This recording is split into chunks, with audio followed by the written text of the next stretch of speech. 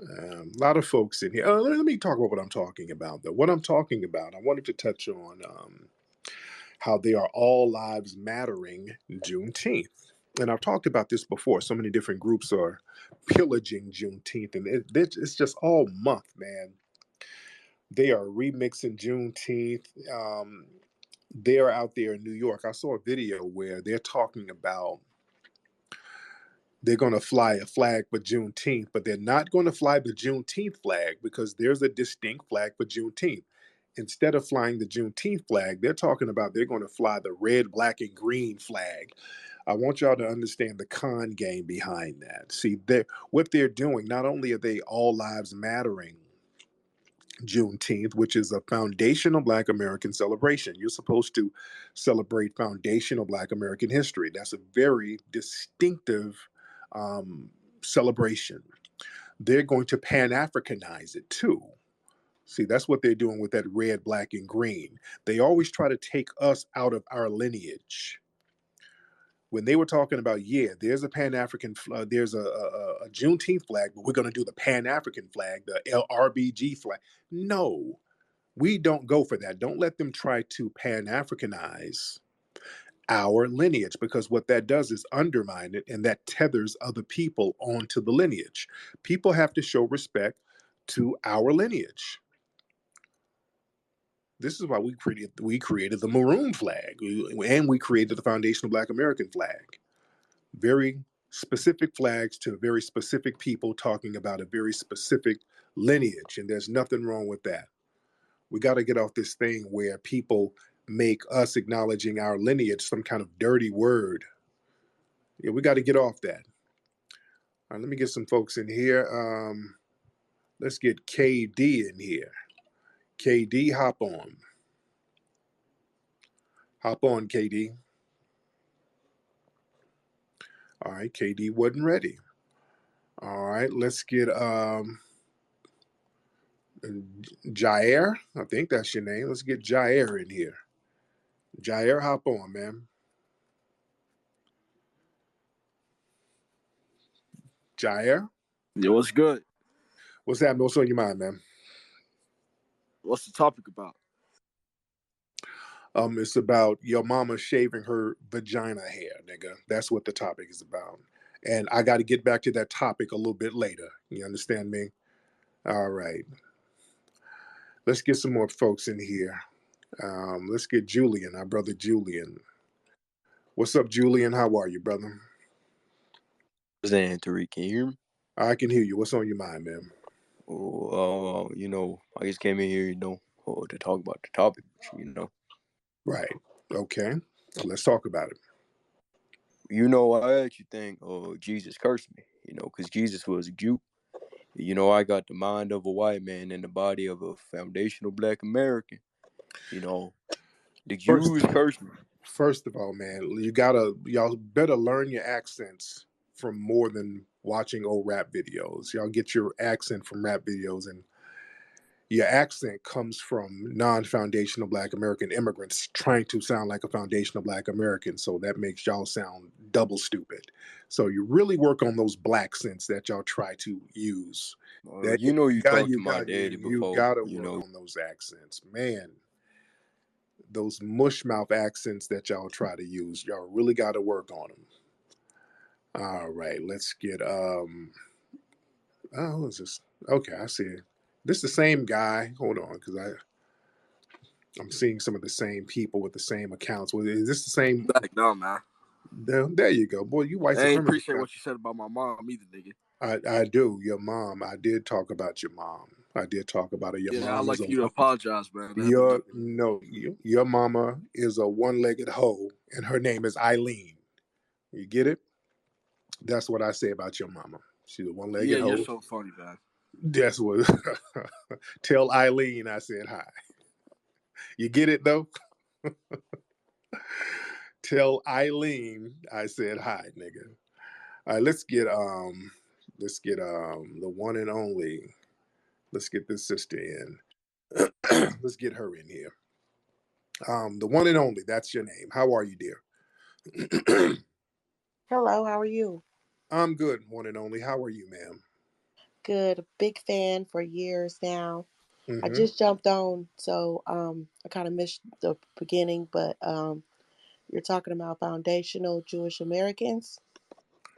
Foundational Jewish Americans. What's that, ma'am? Well, I just see that Well, at the top of this chat, so I mm, might be. I just jumped on. okay, yeah, that's Kang. That's a white supremacist. Yeah, that's a white supremacist just putting in random stuff. Let me. Okay, okay. Yeah. That's a white supremacist calling himself Kang and just putting random stuff up there. So, all right. So yeah, he ain't talking about nothing. Okay. Okay. Let me get some more folks in here. Okay. Okay. Thank you, dear. Okay, y'all follow the topic, not what some random white supremacist put on the thing there. And by the way, I see a lot of people in here who were helping to campaign for our brother Marcel. Shout out to brother Marcel. Marcel really got a lot of them white supremacists shook, and he got a lot of the the Democratic shills shook. All right, our brother has a lot of those Democratic shills shook because they're still whining and complaining about our brother's campaign. They're still whining and complaining about it. Yeah, days later. And here's the thing: if Marcel's campaign was not effective, these people wouldn't still be whining about it. They wouldn't be whining about the brother's campaign days later. And you had people like Buskari sell out, trying to troll about it and stuff like that. And yeah, to have these people, some of these major Democratic folks, and some of these shills too, who are not major, but just a lot of paid shills. Our brother Marcel must have been doing something right. This is why I did a broadcast the other day saying that we got to get some more candidates to run off that same template, and we just have to do some tweaks and improvements in certain areas. But man, let me tell you something. Our brother Marcel and the way we supported that brother, that set a template for what we need as far as um, having a candidate run on a black agenda. Let's get Mario in here. What's up, Mario? Mario. Waiting on Mario to get in here. Hello. What's up, Mario? Hey, how's it going, Tariq? I'm good. What's on your mind, brother? Hey, man. Hey, I want to say thank you for allowing me to have a microphone here. I haven't listened to you for quite some time. Got a Yeah. couple of questions about FBA. Yeah, go So, ahead. when wouldn't it be right for us to be able to get the message out to a more broader demographic? Because it seems as though like within these spaces, everyone is familiar with it, but outside of this space, we don't there's not much conversation about it. So like in rural America, middle America, people aren't familiar with foundational Black American. And so as we look to seek reparations and things like that, it's harder for us to get that message out. Well, the thing is that people are familiar. I mean, we had a Foundational Black American conference down in Atlanta. It was jam packed, and people. There are a certain amount of people who understand that, and enough understand that because let me tell you something. You don't get them out here in California to agree to have a lineage-based reparations package if people didn't understand what the foundational Black American lineage was. People understand. Enough people understand. Not everybody, but enough people understand what the foundational Black American lineage is. But what we need to do when we are running a candidate, we got to start hitting the pavement a little harder locally, like with our brother Marcel. And I talked about this the other day. We did great nationally. We got great grassroots nationwide support for the brother, but most of the people who were supporting weren't eligible to vote for him. And the Correct. people who are eligible to vote, these are people who ain't even on the internet like that. You understand? So there was, from what I've seen with our brother's campaign, there was not any strong foot soldier action down there in that district. They needed more boots on the ground. You needed people out there pounding the pavement. There should have been more visibility for the brother. Again, this is Monday morning quarterbacking, but I will say this: the fact that the brother got a couple of thousand votes with no local support, really no local promotions, Also, that was his first time running. He only campaigned for like 6 to 7 months, and he made that much of an impact so that these people had to send down Kamala Harris. They had to send all of their Democratic shills to hop online and troll, and Clyburn was kind of blacking it up at the last minute. So yeah, the brother made an impact, and that was his first time out the gate. So my brother can only go up at this point. And But do you think like making like a super PAC or having like some type, I know you say like the grassroots, like we are the grassroots, like we have to get the message out. right, But it seems as though like a lot of people are tone deaf. Like with even within my own group, like very few people are familiar with even the term what FBA means and what reparations would mean for us as a people, as a collective.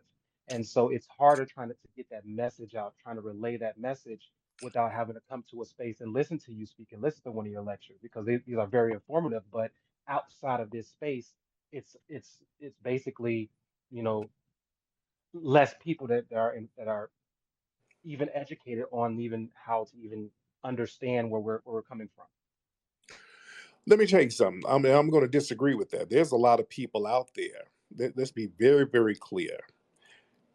These Negroes know we need reparations. For Correct. example, Clyburn's district out there. Now, they're very familiar with Clyburn. These folks know we need reparations. They understand that fully, and they know what a damn foundational Black American is. They know what a descendant of slave is because they are those. They know their lineage, all right? Black folks, especially in the South, and they know their lineage comes from slavery. That's what a foundational Black American is. They're fully aware of that, and they are fully aware that they need reparations. But you have some of the Clyburn class who really don't want to offend white people. You Hmm. have a lot of these folks out here who don't want to be in a position to flex some real power. And these are a lot of the older Negroes. That's why they love going up in churches, hugging on those Negroes, and they're perfectly fine with that. We want to reach some of the younger people and kind of galvanize them. Right. That's the thing that we want to do. We want to go for the younger folks. That's why it's important for us to hit the streets and pound the pavement and get out there and chop it up with them. Because surprisingly, people think that a lot of younger people are online all the time. There's a lot of younger folks who are not really online. A lot of the street cats, the hustlers, those kind of dudes who get messages out there, they ain't on the internet like that. Right. If you want to really go, hey, look, I was out there on the streets when they had the Ferguson stuff popping off, the stuff in Baltimore. I was out there not with the Don Lemonades and all those people, and they were trying to interview me. I was out there with the gangsters, the hustlers, the Crips, the Bloods, the Vice Lords, disciples. I was out there with those guys, and those were the real people who were the backbone of the movement. And they got a lot of messaging out there. They got a lot of information out there. A lot of things got done with those brothers. So we have to keep that in mind. We got to keep an ear to the streets. With our brother Marcel, for example, I wanted to go out there and hit the streets with my brother. That would have made another impact. I was on baby watch. We just had a baby the other day, so I was wanting to go out there so bad.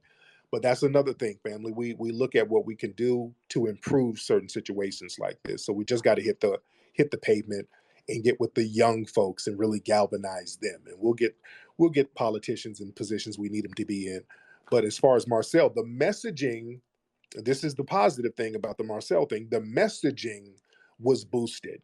We got Yes. the agenda boosted, what the agenda should be. We got that message out there, and that was very important too. That makes sense? Yes, sir. Yes, sir. Thank you so much. Congratulations again on the new baby. Thank you so much, Brother Mario. Much respect to you. Yeah, man, we got to hit those bricks. When we get a politician out there, we got to hit the bricks. We got to hit them streets. You got to start talking to them street dudes. That's who you're going to get a lot of the messaging, people to get your message out there. I'm telling you, them street cats will get your message out there. You talk to them, the brown paper bag dudes who do business with brown paper bags, they'll get all the messaging out there all around the city for you. You understand? They can galvanize a lot of stuff. I've dealt with these cats, man, going around doing lectures. Some of the best promoters were the street dudes. In fact, I almost prefer when I used to do most of the lectures I do now. I just do them with my own production company, but I would prefer the street dudes because they had the money on time. It wasn't no BS. Yeah, the money was in a brown paper bag, and I didn't ask, but they were on time, and They took care of everything and they made sure everything was straight. Let me get some more folks in here.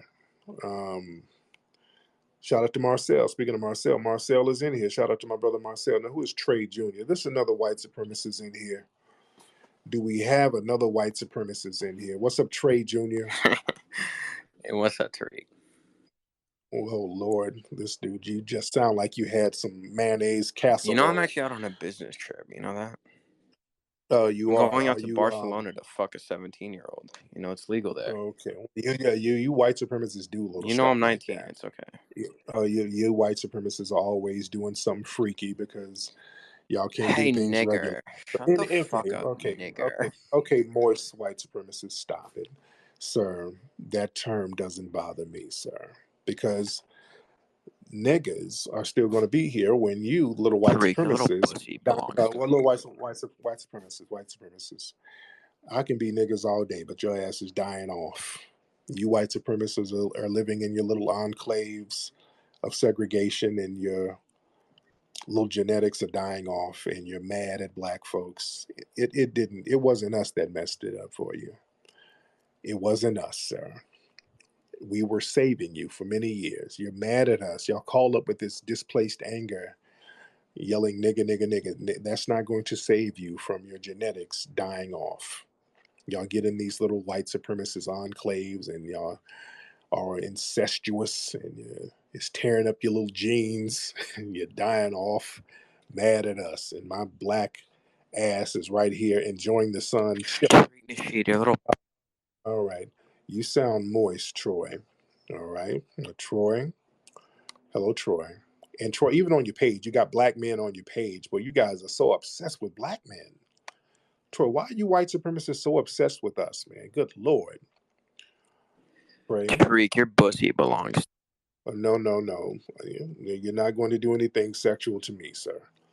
You white supremacists love whipping out your little Vienna sausages trying to assault people. You're not going to do that, sir.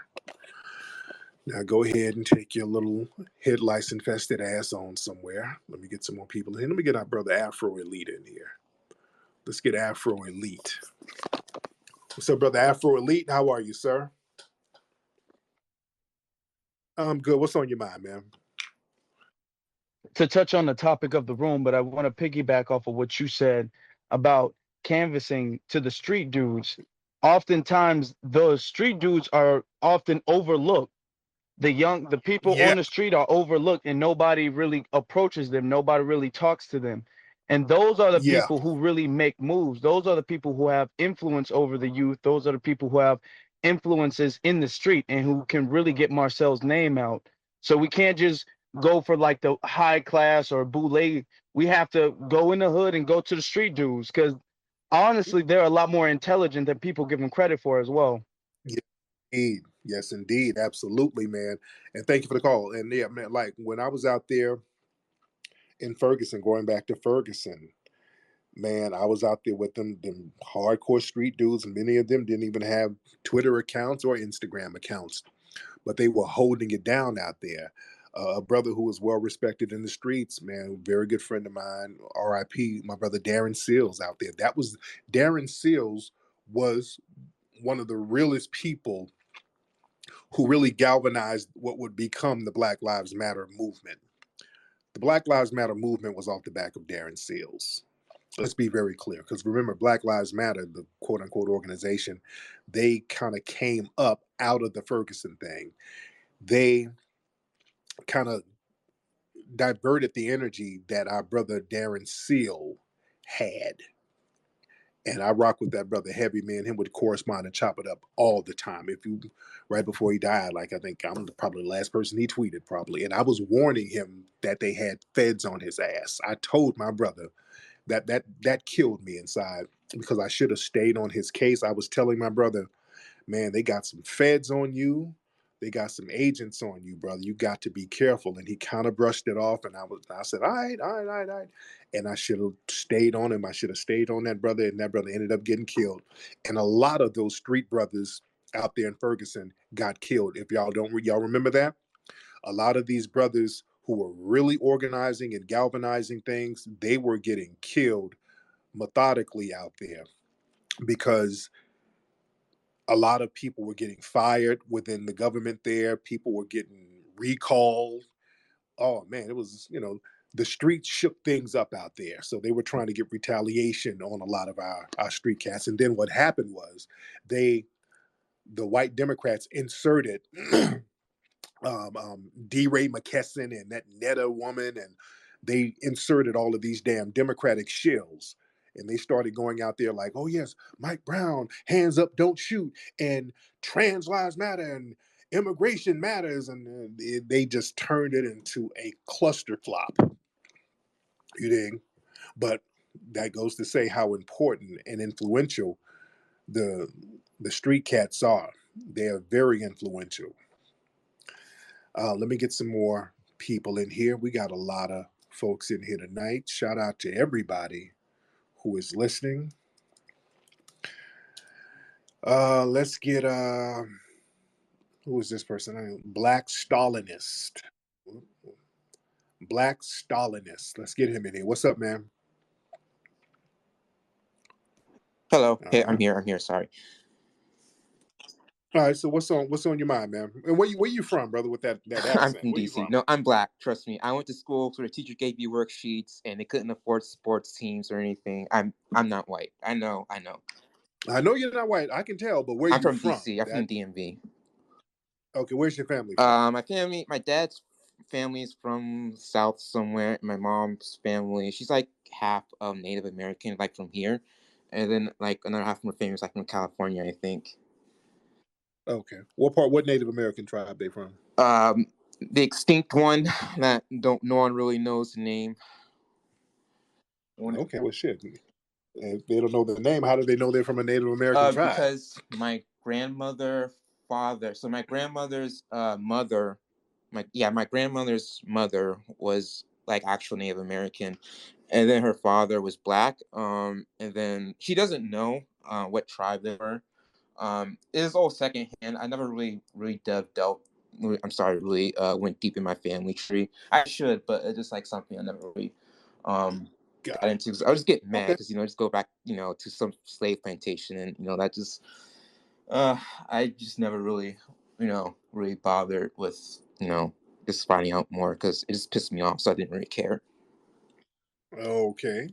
That sounds real strange, but go ahead. What's on your mind, man? So I was just listening earlier about you're just talking about I forgot his name. Like myself was like running for Yeah. for office, and so I'm assuming from what you were saying that he's not running for like the Democrats, and obviously he's not running for Republicans. So I'm assuming he's an independent, correct? No, he was running as a Okay. Democrat, which was good. Okay. Yeah. Oh, Yeah. Democrat. Okay. So I'm sorry, I'm not really familiar with you at all. I'm just trying to fill you out here. So from it sounds like you're not really too fond of the Democrats. Am I correct with that? I'm not fond of anybody who doesn't have a black Right. agenda. So I'm just LARPing here, but how would you feel if like instead of running with the Democrats, what's your idea with like a broad populist party that would like encompass like a broad sorts of issues that's facing Americans. Like the economy, racial injustice, and everything. Because and with law enforcement abuses, these are issues that's facing a lot of Americans in general. And when you really think about like running on like a platform, like I was looking at this platform with like cleaning up the. Let me get some more people on here because I don't want to hear this damn babbling. This dude is just babbling on and on. What the hell is he talking about? He's just babbling mindlessly. Okay, let me get some other people in here. I don't want to hear all that.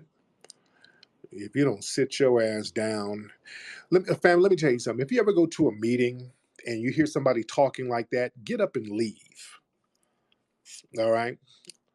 I'm a person, I hate babbling. I've been to meetings and people start talking like that. I'm like, let me get up and leave. These people ain't talking about no money. When anybody talking like that in a meeting, get your ass up and leave. It's some bullshit at that meeting. They ain't talking about no money. When you go to a meeting, you're supposed to listen out for numbers. I'm trying to hear a dollar sign, a number. How much am I going to get? Or how much do you need from me? Okay, let's stop. I'm in this meeting with you. I'm looking at you. Let's get past the small talk. Hey, where are you from? Hey, I live out here too. You live in California? I've been living in California. All right, we get through the small talk. Small talk takes about 2 minutes. All right. Right after the small talk, now let's get to business. All right, how much do you want for this building? Well, I want this. Or how much you gonna give me for the rights to a movie or something? Well, we're gonna give you $3 million. We'll do it.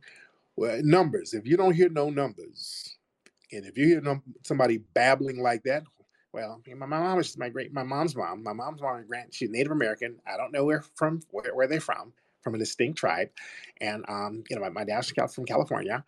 And how about running not for the Democrats or the Republicans, but for a progressive party that thinks about all lives and equity? Okay, that's the kind of nigga that they have on the board of directors at some nonprofit as a diversity manager. That nigga had a diversity manager sound. All right. So he checks off every a box. Now, first of all, he sounds like he's non-FBA, making up all that shit about his grandma. That nigga somewhere from Kenya.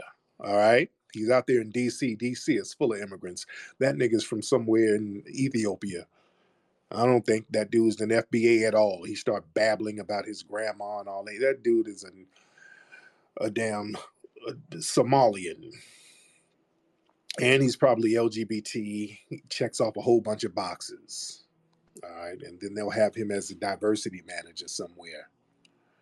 That's a diversity hire. And that's another con, too. Speaking of diversity hires, whenever they do a story, like the other day, I talked about this where they had the Nigerian girl. They said, she got accepted into all of these Ivy League schools. And not to minimize. And one thing I noticed in the article, they never said anything exactly about her test scores. They never really say, okay, what are the test scores of these people? What they do, man, they will selectively find some people and then affirmative action their ass.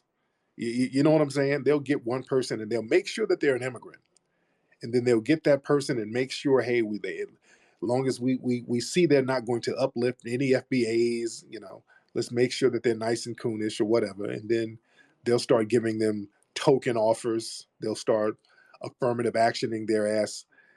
They'll start doing that type of thing, and then make a big story about it.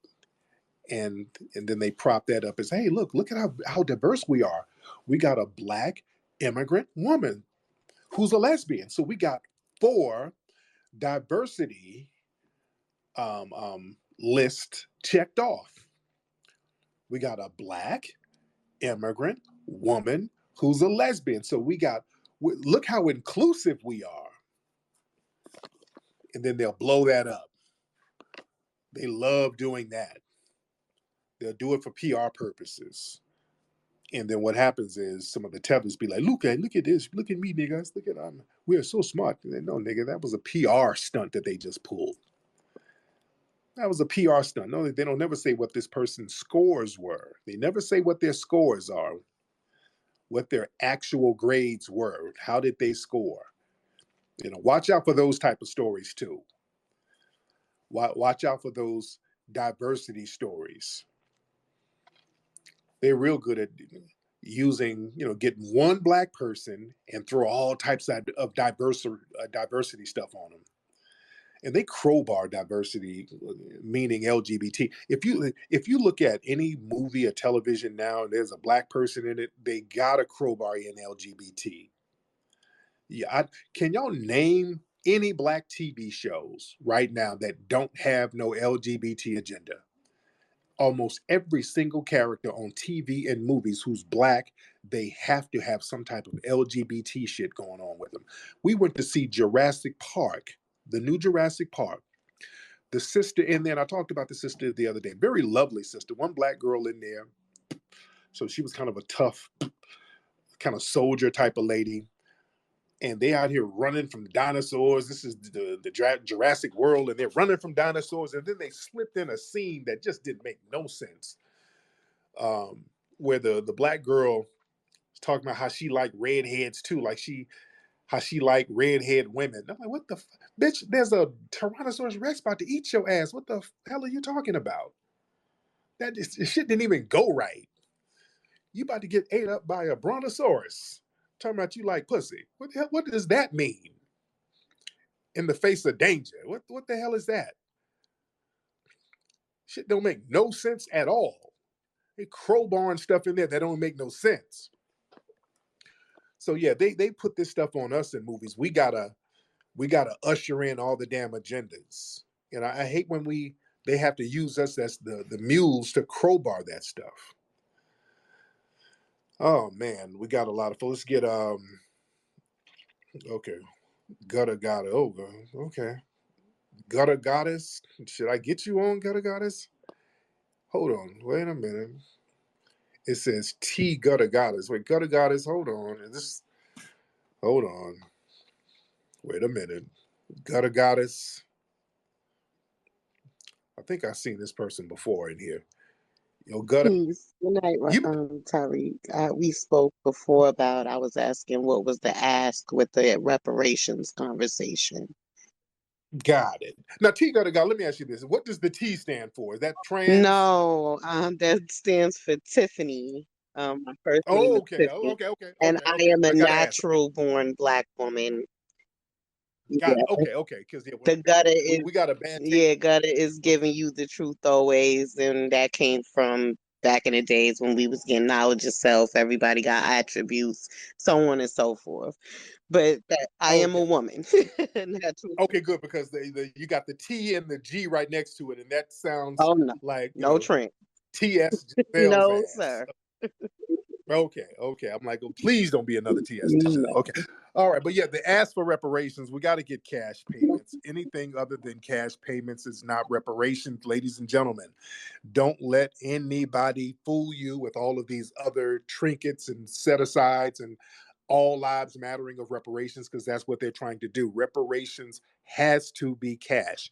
Anything that is not cash payments directly to foundational Black Americans, it's not reparations at all. And don't let them fool you into believing that it is. It is not reparations if it's not specific to us, ladies and gentlemen.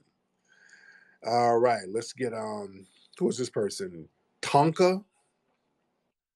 Let's get Tonka in here. A lot of folks in here we're gonna get. Let's get Tonka, then we're gonna get Abdul. All right. Come on, Tonka. What's up, my twizzy? Okay, same. Damn, boy, y'all white supremacists. How many damn screen does y'all? How many phones y'all got, dude? Nah, my nigga, I got like 80 million accounts. I know you do. Good lord, do y'all use all those accounts to buy various forms of bussy? I mean, what are you doing with all those accounts? Let's get Abdul in here. Let's get Abdul. Abdul, hop on. Let's get Abdul in here. Abdul, hop on. And then we're going to get Sharon because we need some female energy in here. All right. Abdul, are you good? All right. Well, Abdul is somewhere eating some falafel. Let's get Sharon in here. Sharon, how are you? Hello, are you talking to me? Is your name It's Sharon? Sharonda teacher. Oh, oh, hold on. Let me see. Oh, Sharonda. Okay, I just saw the first Yeah, letters. My that's bad. fine. Thank you. Sharonda, So how are you, Sharonda? I'm amazing. I just want to say thank you for all these years of creating wonderful documentaries. I did the rules of racism with my students. I'm a high school history teacher, black woman, foundational black American. My mother's side from Yes, ma'am. Virginia, my father's side, North Carolina, Florida, Cherokee on my mother's side, Seminole on my father's side, and I'm teaching my young people the truth. But I also want to add with the reparations, we got to be careful. We want to say let people spend what they want to spend, but that money would get back into those same corporations. We have to teach our people true financial literacy first. We have to teach them cooperative economics. We have to train them about the science of business before we just give them checks, because we got to make sure that Black people can build themselves economically and not just buy a whole room full of Jordans. Because I've heard people say, "Oh, I'm abolish," and I'm like, that is the sickest thing. And we'll be back where we I, came from, and nobody will fix anything. So I'm not okay, and I'm disagreeing with you about giving the cash payments, but we have to make sure that we're doing the right things with the cash payments. Because I see some of us, and I'm like, I'm nervous about what they may do with a check. There's some of us who know got what to do, buying land, because I do agriculture and things like that. But some folks, they need a little extra help. Yeah. Okay, thank you, dear. Let me address that. Thank you so much. Okay, because I want to address it without being cut off. I disagree. I disagree with that because you're not looking at what other people do when they get money from the government. When they get money that they didn't earn, these people have no history in this country. You got Ukrainians. They didn't earn no money. Nobody asks what they're going to do with the money, and they get money. Nobody's asking what the white LGBT community is going to do with all the money that's allocated towards them. They just give them money. Asians who have hoe houses all over the place. They slinging fentanyl and guns all over the place. Nobody asks them what they're doing with the money. They give them money. They allocate money to them. Hispanics come over here. The ones who get caught up in them detention centers and who get chipped off with money, they don't ask what they're going to do with the money. We're the only group when it's time to give us what we're supposed to get. All of a sudden, everybody gets this thing where we got to figure out what we're going to do with the money. No, no, no. Give whoever is a foundational Black American, give them their money. If they want to trick it off on some dumb shit, let them do it.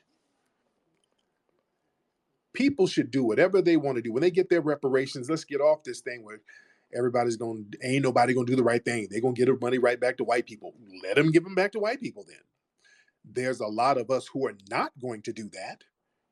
I know that. I know there's a lot of foundational Black Americans who's going to go start businesses, foundational Black Americans who's going to educate themselves, foundational Black Americans who's going to get proper housing for themselves, foundational Black Americans who's going to get proper transportation for themselves, foundational Black Americans who's going to invest in stocks, bonds, and do the right thing. We're very resilient people with nothing. We don't have anything, and we're still resilient.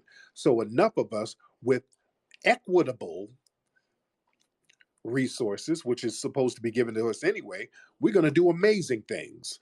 I don't judge us by the barometer of the riffraffs within our culture. I want us to stop doing that. We shouldn't be measured by the dusty class. Of course, there's going to be dusty ass dudes and out here getting Jordans and mammies out here getting 80 $800 lace fronts and wigs. Let them knock themselves out. Let them knock themselves out.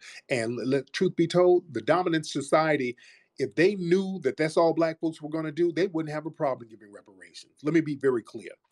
If they thought that that's all we were going to do is buy weaves and Jordans, they would have given reparations a long time ago. Let's be clear. They would have said, oh shit, let's get that money right on back. But they understand when we get money as a group, we will lift ourselves up. They understand that. They know all of us ain't gonna be on the goofy nonsense. It only takes a small amount to really get the ball of economics rolling out there in Black Wall Street, for example. And again, there were many Black Wall Streets. We only talk about the one in Tulsa, Oklahoma, because of the sabotage that was so massive where they blew the place up.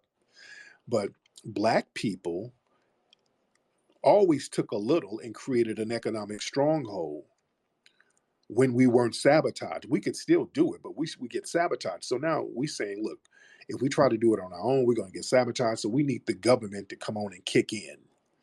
And whatever we want to do with our money, that's what we do with our money. But the government has to kick in because every time we say, okay, man, we ain't going to trip on you, let us build it on our own, they find ways to sabotage us. We're the only group who is repeatedly sabotaged economically. So we got to understand that. All right. Okay, it's the same. Okay, some of the white supremacists, I can tell some of your screen names, some of the slang you try to use. What's up, Mr. White Supremacist man? Hop on. What's up, my nigga? There I'm you from go, Chirac my on GD. my mayonnaise. How you doing, my mayonnaise? You Why'd good? you block my main account? Okay, okay. Well, you white supremacists are not that creative. Okay, let's get a couple of other people in here. At least be creative with your white supremacist trolling. Not that creative. All right, let's get Mac Minor. Let's get brother Mac Minor in here. All right, and then we'll get Rika Alexander. Mac Minor, where you at, Mac Minor? All right, we'll wait on Mac Minor. Let's wait. Whoops, I had y'all muted. My bad. Wait. All right, Mac Minor, hop on, brother. Hello? Can you hear me? I can hear you. What's up, fam? What's going on, man? I'm out of Arkansas.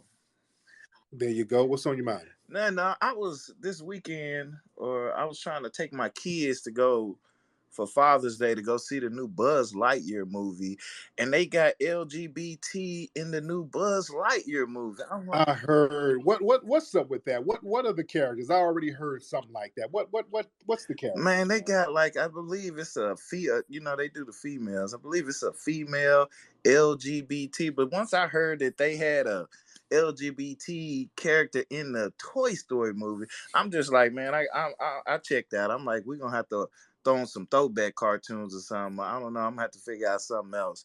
But I'm just Right. Isn't the characters black too? yeah, I believe it's a black female character. Okay. So Yeah. I'm just, Yeah. I'm like, they trying to start with them young. I had to Yeah. monitor all the cartoons. It's a full-time job just monitoring the cartoons nowadays. But I just wanted Real to get your talk. opinion on them targeting the children. Real talk, man. Yeah, my kids, man, I can't, back in the day, you could just turn the cartoons on and let your kids watch. You can't do that now. Man, you cannot do that now. You can't let your children watch some of this shit they got on the Disney apps. Man, I damn near deleted that app. I'm still thinking about deleting it. It's way. Did y'all see that Proud Family reboot? That's way inappropriate for kids, man. And they got a bunch of black kids out here flaming it up and just way too inappropriate for children. Way too inappropriate. Rika, hop on, Rika.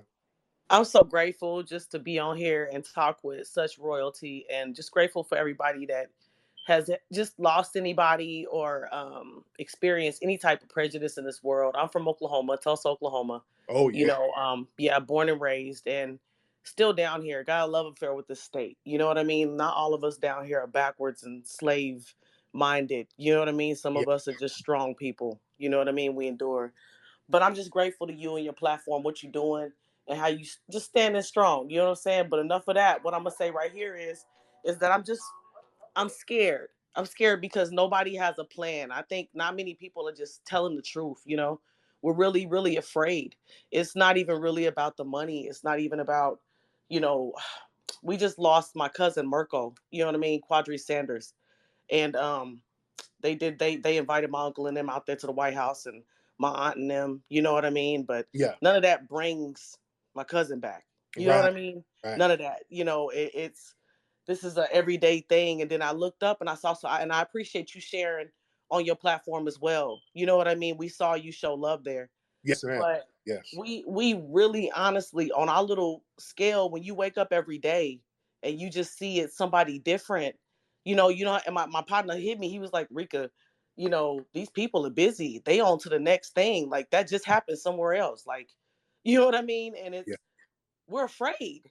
We Yeah. are afraid. Don't nobody want to talk about that. We are afraid because people can wake you up. You can get woke up on so many different levels, paradigm shift, chakras, get to all that, whatever they believe, right? Peep game. But if there's no plan in place, you know what I mean? If we don't have enough of yous, you know what I mean? Because they usually kill off all the ones that want to lead and talk and want to give inspiration. You know what I mean? Yes, They ma'am. want to kill y'all off. But down here, we don't have y'all's. You know what I mean? Yeah. We have to get on platforms like this that y'all open up a forum to talk, because in a regular everyday, day to day in the country, they not talking like this. Not at their jobs. I'm an armed military security guard. I walk around with a badge. You Hmm. know what I mean? Yeah. We don't talk like that at work. Nobody, we barely getting the marijuana movement down here. You know what I mean? Wow. Like, yeah, but we really just scared. Ain't nobody finna hop out in front of one of these boys out here with one of these weapons and get to talking mess. You know what I mean? Yeah. You Yeah. know what I mean? Let's just keep it a whole bill. It's not funny. I don't mean to laugh, but sometimes you gotta laugh to keep from crying. You know what I mean? I'm a real one. Aquarius to the heart. You know what I mean? Yeah. I love my people. I love everybody. But I just really feel like until we graduate to a point of like, okay, somebody, this part over here got to do the writing. This part over here, they got to be the scribes. They got to tell the story. You over here, y'all got to educate and protect the children and get them to another country. Y'all over here, you know what I mean? Because them bullets don't got eyes. You know what I mean? Real talk. Y'all over here, y'all going to be our nurses and our doctors, our healers, our midwives. You know what I mean? Y'all over here, y'all the militant ones. Y'all going to train and arm our soldiers. You know what I mean? And then we're going to have those sleeper cells that know how to just fight with their pen. You know what I mean? Right. Right. You know, but what do I know though, King? I'm the same one that cries sometimes and get depressed and smoke my blunt and keep it moving, go to work. I feel you, beloved. I thank you so much, dear. I appreciate you. Shout out to her. A very passionate sister, keeping it 100. I love that sister's passion. Much respect to her and her family. Let's get Sesh or Sesh. How to pronounce your name, brother? Sesh. There you go, Sesh. Where you from, bro? I'm calling in from North Carolina, but I'm from Philly. Oh, okay. So what's on your mind, brother? I was just talking about with my wife about Juneteenth and just how they're doing it. I was reading some articles today, and basically, they're trying to make it kind of be like a African diaspora kind of thing, Yeah, where yeah, they go and like it's just like enslaved people and folks and all these other words that's not saying black, not saying who the things actually happen to, and kind of put in LGBT agenda and all this stuff, and just really yeah, just making it about everything. yeah. And that's a major problem, man. This is why, listen, later this year, we're having the first foundational Black American holiday we're going to be celebrating December 24th called Aratasase. That is the foundational Black American Tut word for arise. It is to commemorate foundational Black Americans who would escape from plantations around the Christmas holiday season and get freedom. They would go north, they would either go south, down there with the Seminoles and the other Maroons, they would go to the Great Dismal Swamp, but Black people would use their wit and cunning to get up off those plantations and rise up to freedom. And this happened all the time during slavery. This is never really talked about. With Harriet Tubman, a lot of her rescue missions were done around Christmas. This happened all the time, before or after. So December 24th, we're going to celebrate Aratasase. We're going to pay homage and recognize our foundational Black American ancestors and what they did. They used their wits to gain freedom. Okay, that's December 24th. We're going to celebrate it every year starting this year. Because a lot of times during the Christmas holiday, a lot of folks don't necessarily want to celebrate Christmas, even though everybody's out of school and you're off work.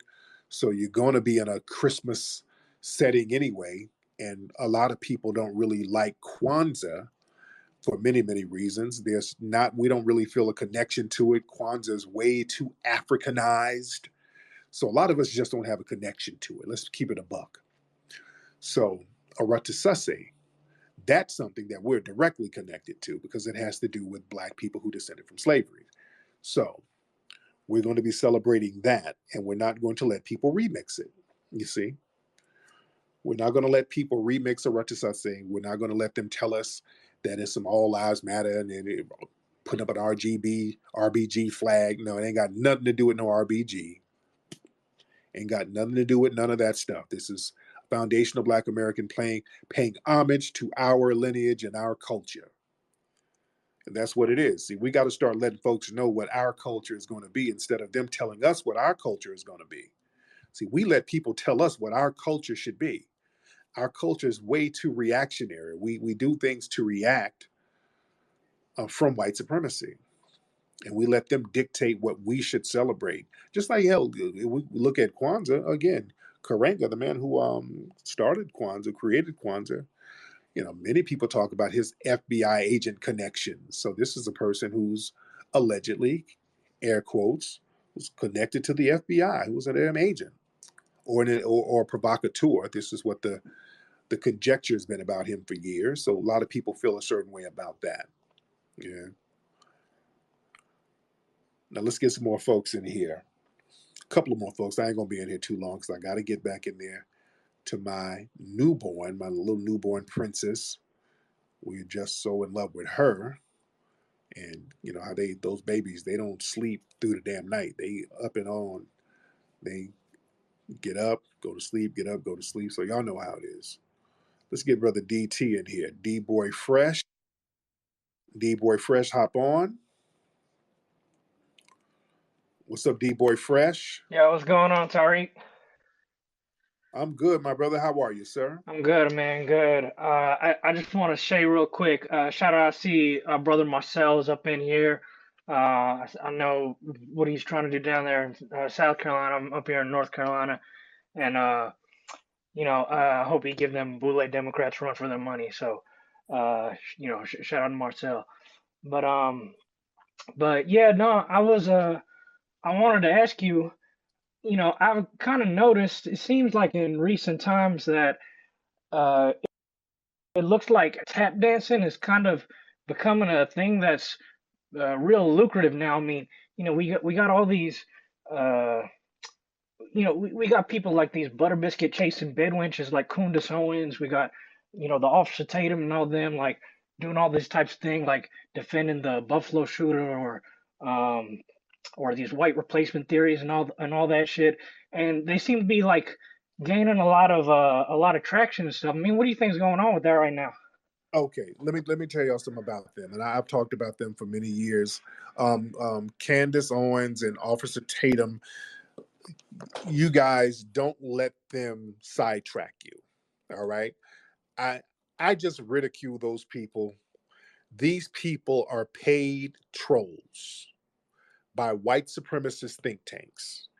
Okay, do not shadow box with them. My brother Neely Fuller talks about shadow boxing.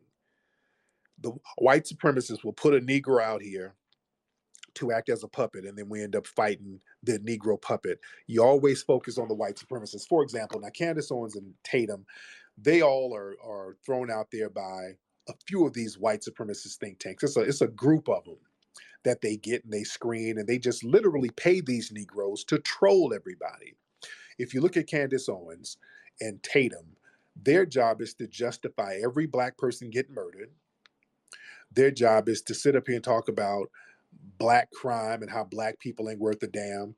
Tatum, allegedly, his family comes from the Caribbean. We know Candace Owens, she identifies as a Caribbean. Again, they know how to get these non FBA tethers to work for these think tanks because they can sit up here and denigrate black society without anything eating at their conscience. With these tethers and these Sambos, always look at the white supremacists who's backing them up. That's who I look at. When Candace Owens and all these people say something greasy, I look at whatever platform they're on and what white supremacist think tank is backing them up. Like PragerU. Prager, that's another, y'all look for PragerU. That's another white supremacist think tank that has a lot of black people spew racism for them so they can hide and say, hey, I'm not racist. Candace Owens said y'all black folks weren't shit. That's a con game. Their job is to pay these Negroes to help maintain white supremacy. See, this is why money and finances are very important, because when they can control you economically, they can control you and make you do things that lack integrity. And they know how to use non-FBA tethers against us. A lot of these think tanks, if you look at the Tatums and the Candace Owens and all these people, you'll see a common theme. One, either they come from immigrant backgrounds or a lot of them are closeted LGBT. Like Jesse Lee Peterson, for example. Now, Jesse Lee, I've been telling people Jesse Lee is a flaming queen. I've been knowing Jesse Lee. I said, I even asked him when Jesse was on my broadcast, I said, Jesse, you got a hankering for Boochie Cat, nigga, don't you? Oh, no, I don't. Nigga, stop. I can tell. You can't be that much of a coon and women fuck with you. You know what I'm saying? I kind of know how women get down. And a hardcore Negro coon Sisters ain't really trying to rock with that. And white women, they might rock with your cooning to a certain degree, but when it's just so over the top, even white women ain't fucking with you. You dig? So he got some people exposing him now, Jesse Lee Peterson. There's a bunch of white dudes exposing him now. They got a documentary coming out about his ass. I'm gonna talk about that on my Sunday show. There's a bunch of white dudes coming out talking about how Jesse Lee Peterson is on the low with his Bucci love. But again, we shouldn't shadow box with those Negroes. When it comes to arguing with black folks, I don't. When it comes to dealing with white supremacy and arguing with black folks, I'm not going to sit up and argue with a bunch of black folks about white supremacy. The fact that any Negroes out here denying their job is to waste your time. All right, let's be clear. Don't let them waste your time. For example, going back to Candace Owens. Candace Owens, this woman knows that there's racism. This woman got money because somebody discriminated against her years ago. She got with the NAACP, and I think she got like $36,000 because of some discrimination suit. And now she runs around getting more money talking about ain't no racism. So she's going to go wherever the bag is. So all of the arguments are in bad faith. You understand? I don't really argue with people who get into bad faith arguments. Please stop doing that, family. That's a waste of time. We call them time-wasting tethers. People who sit up here and just say stuff that they know is not true, and they have you walking and talking in circles. Their job is to get you to go back and forth with them so that you're not productive. Don't let people waste your time. Time wasting is a weapon. And the white supremacists love co-opting Negroes to go waste other black people's time. Because if you're sitting here arguing with a nigga, you ain't going to be productive. You're not going to put your focus on what the real problem is with your white supremacists. You dig? So we got to understand that dynamic. All right, let's get Pretty Vibrations in here. That's our sister, Pretty Vibrations. How are you, dear? Pretty Vibrations. Pretty Vibrations, where are you, dear? I'm sorry, my mic was muted. Good evening. Congrats to you and Lexi. Hi, brother Marcel. Kudos to everything that you've done. Um, I'm kind of off. I may be a little off topic. But I wanted to kind of go back to about being productive.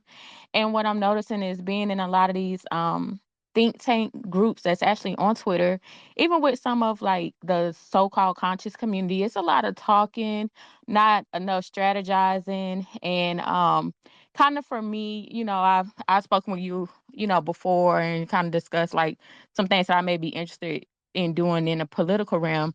But currently I am in school right now. But I am still taking in a lot of information about policies and learning because too for people that do want to run, and while everything is still kind of striking hot, we still have to keep going because there's another Yes. election in 2 years.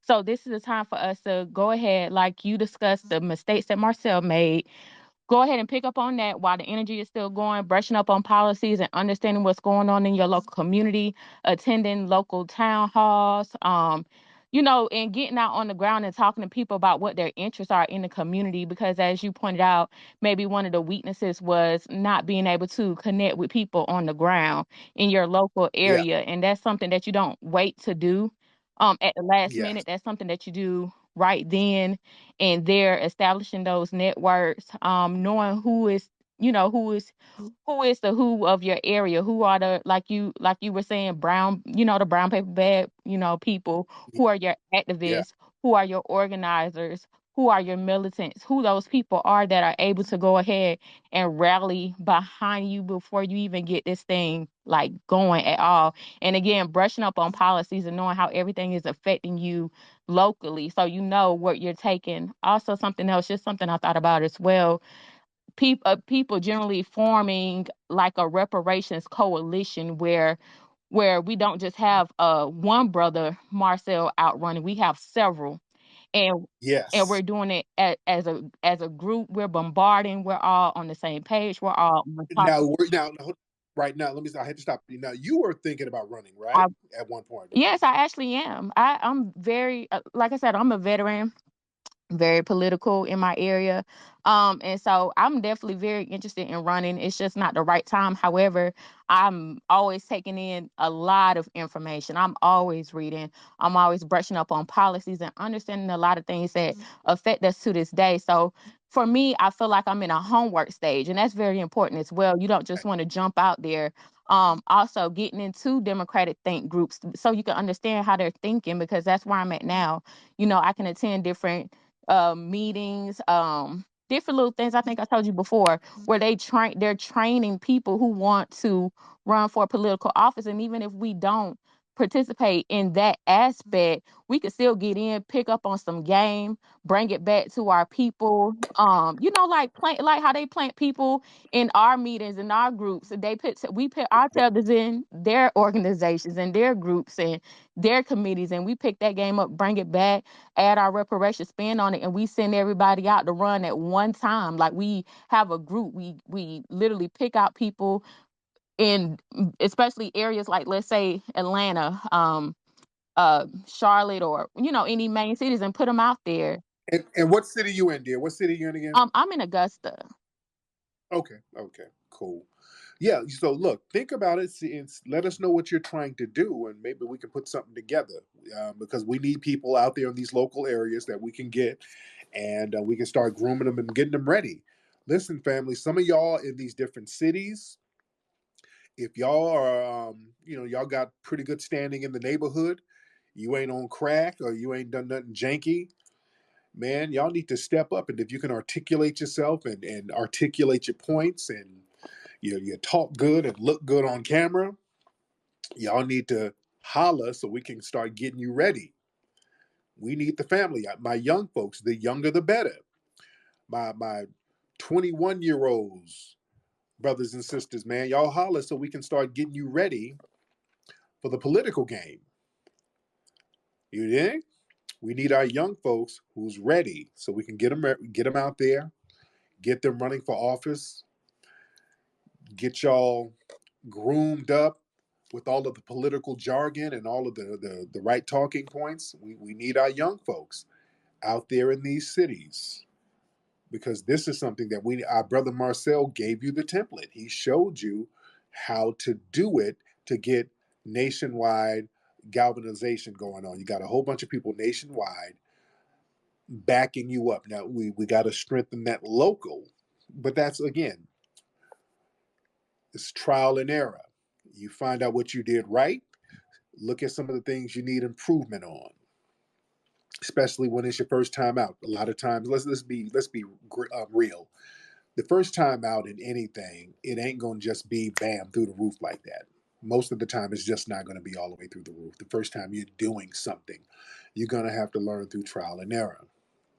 Our brother Marcel, he did phenomenal for a first time politician just getting into the political arena. Really being in the political arena for a few months, like what, 7, 8 months, if I'm not mistaken. My brother did a phenomenal job making a nationwide impact. This brother just kind of came out of nowhere, and his brother's been all over the place. And getting the messaging out there and having the Democratic brass shook. Let's be real clear. Our brother Marcel had these people shook.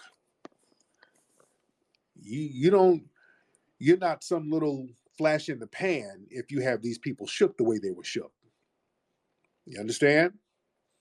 So we need that energy. We need to keep that energy going. Let's Swarthy Nerd. Shout out to Swarthy Nerd. They advertise on my show all the time. Swarthy Nerds. Yes, hello, sir. What's up, Listen, buddy? first off, congrats on the baby. Thank you so much. I'm also, this is TV Guru, by the way. And thank you for the advertising and all that. Yes. I want to pick your brain. I'm huge on acquiring and and applying knowledge. And I have a question for you. Yes, go ahead, brother. Yeah, I want to know why does like black like black folks, like when we lay up with like white people, like our whole mentality change. I don't see that within like any other races for real, where like they live with like a white person, they change up their whole mentality. And we talk about that a lot in our podcast about like how black nerds are the worst with that. Like they can't. Oh my god, Yeah, they like they in love with the anime. They love Japanese culture, but they don't like black culture. yeah. Let me touch on that. Very good question. Now let's be clear. Other groups do change up when they lay up with white folks. Let's be very clear. Other groups, not only do they change up, they completely throw away their old mentality to a certain degree. Because what happens is when they start laying up with white people, they themselves become white.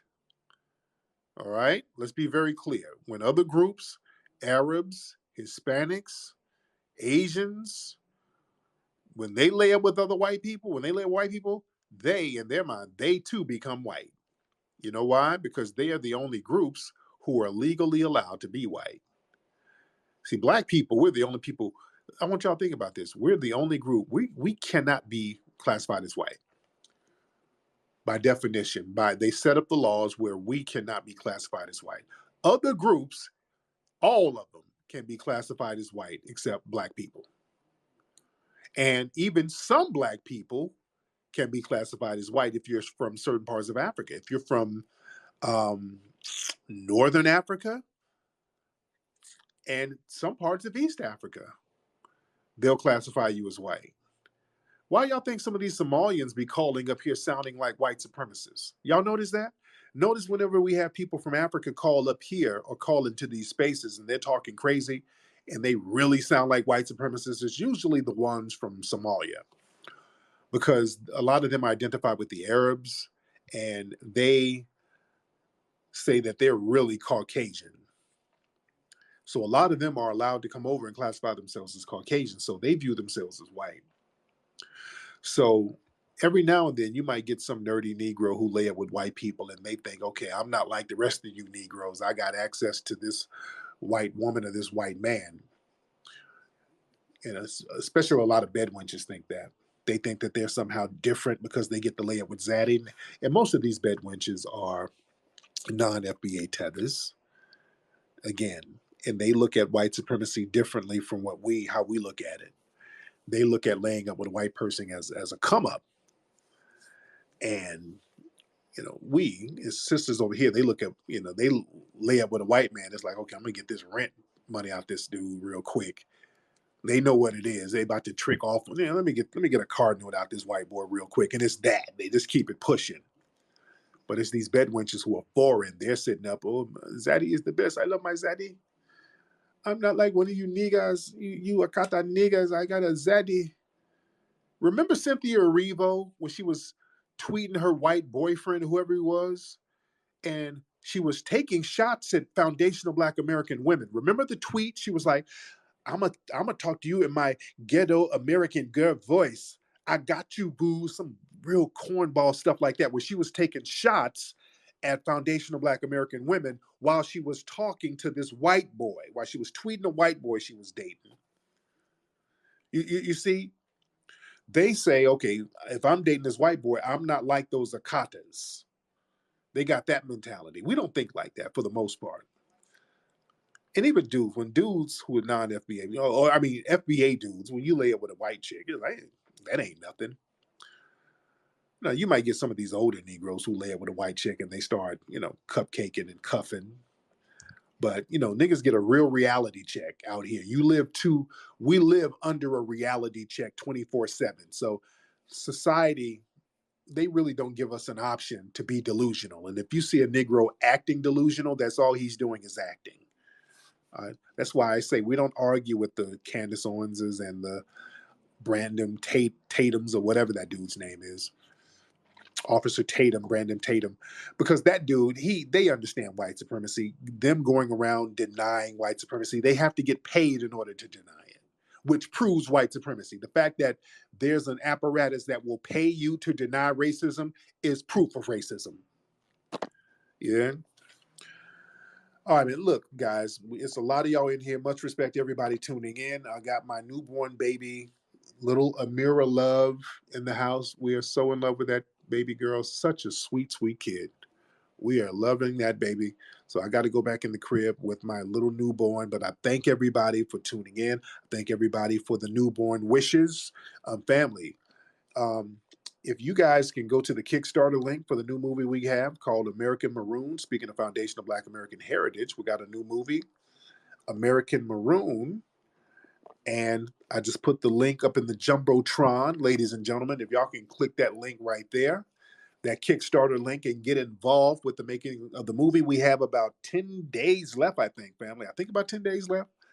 So, yes, get involved with the movie, man. We're trying to get up to 80K. If y'all can hop in and tap in and help out with that, that would be great so we can get this information out there because our children need it, family. We got to have counter propaganda for our babies. You can't take your children to movies no more, man. It's just too over the top with agendas. We have to start debriefing our children. This is where our media apparatus comes in. We have to debrief our babies, man.